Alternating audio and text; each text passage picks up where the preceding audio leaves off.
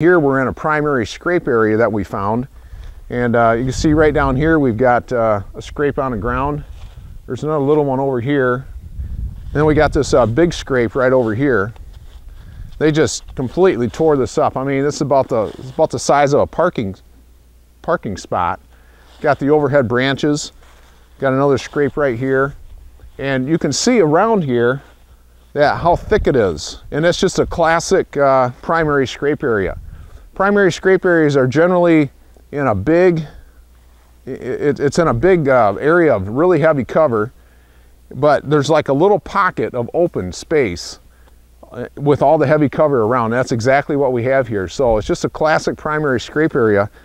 So you can see this area here, you know, we don't have any big trees to hunt out of. Everything is really small, and it's in a, you know, a really thick area like this. So, you know, how do you hunt it? How do you hunt it out of a tree? Well, in this particular spot, we're not going to be able to. So what we're going to do is, well, what we have done last year is we've already created a pit blind off about 30 yards over here to the east. So let's go check this out, and I'll show you what we got over here.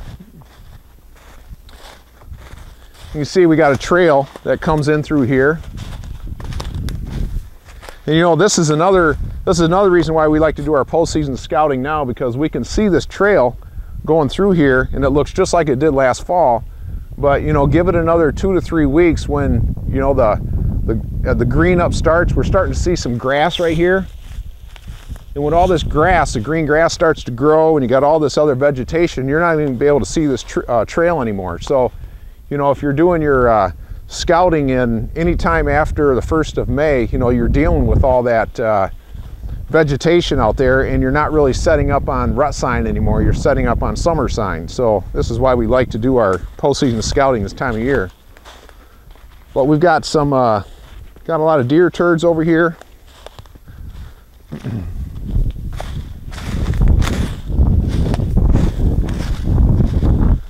We've got another scrape right here. Got another scrape right over there. So it's all kind of tied into this primary scrape area.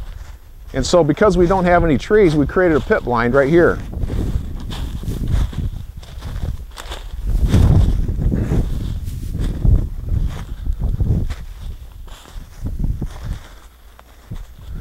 It's kind of on the side of a hill here, and we just dug a hole for our feet. So we dug a hole, we just took some natural stuff, we just built it up a little bit. And you know, we can literally sit right here and monitor that primary scrape area, and plenty of room to, you know, get a shot off with a bow. So got kind of a thick area behind me here with a hill. You know, that's to the west of me, so you know, hopefully the primary winds will be in our favor. And it's just nasty thick all around because they did some logging here about 6 years ago. So, you know, as thick as this area is, this is hopefully going to be as thick as my 50 acres is going to be after they've done the select cutting about 4 years ago. So anyway, just kind of wanted to show you what we're doing today, but just a great time to be out in the woods. And we got some other areas over here that an actual tornado went through, knocked a bunch of trees down. So Joel and I are going to check that out and maybe enhance some bedding in all that horizontal cover. So we'll go check that out. So as Joel and I were leaving that primary scrape area, we were walking over to this area here, and we had found a really beaten down trail that we would not have seen in about another month from now because it would have been totally greened up.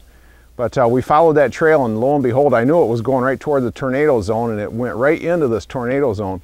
But you can see behind me here, it's just typical woods. Everything's vertical. But if you pan over here, you can see this is where the tornado went through. We got a big, huge tree that got blown over, a big old root ball. And look at all this cover over here.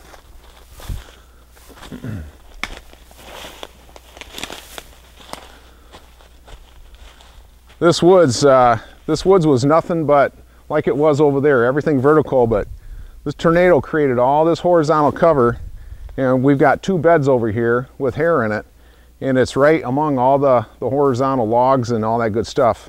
It's up on a little bit of a rise, and so they got good cover, they got good visibility, and let's go check out some of the beds and we'll find some hair.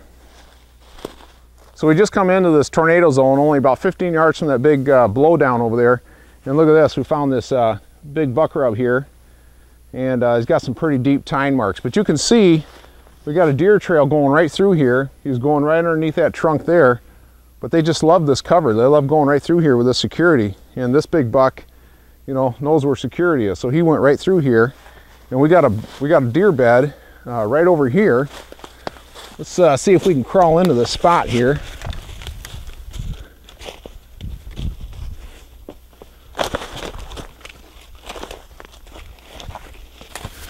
We got, here's a deer here, right here. Right there. You can see that. So we got a deer that's bedded right into the spot. So why is he here? Well, he's got some overhead and horizontal cover all over the place surrounding him. He can get in and out through here. He can get in and out through over there. He's on a high spot. You really can't sneak up on him. So just another great situation. Here's a pile of deer turds right there.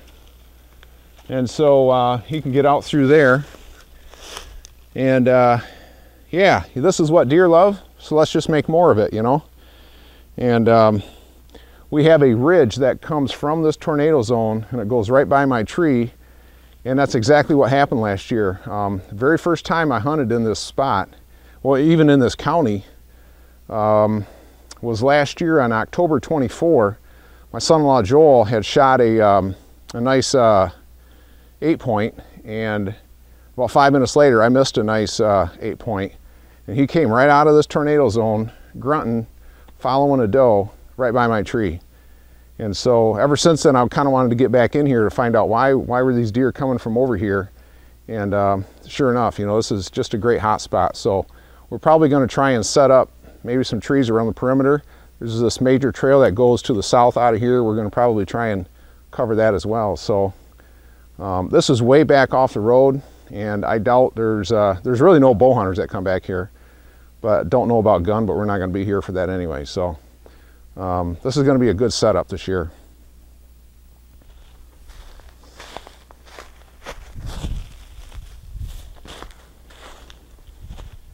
So I heard a lot of guys talk last year about the fact that they didn't see as many deer on their food plots and bait piles because there was just way too many acorns out in the woods. And here it is, April, middle of April, and we still got all kinds of acorns laying all over the forest floor. I mean, we got deer, we've seen deer around here this morning. There's turkeys running around here, and yet there's still a ton of acorns on the ground. So last year was just a bumper crop of acorns. And you know, just to show that you can't put all your eggs in one basket, you know, if your food plots and bait piles is all you're relying on, and we got a bumper crop again next year, you know, it's going to be kind of disappointing. So just kind of cool though to be back out in the woods here again, middle of April, and yeah, being able to see all this deer sign. It's all kinds of deer turds, and finding trails real easy this time of year. So about another month, all that sign's going to disappear.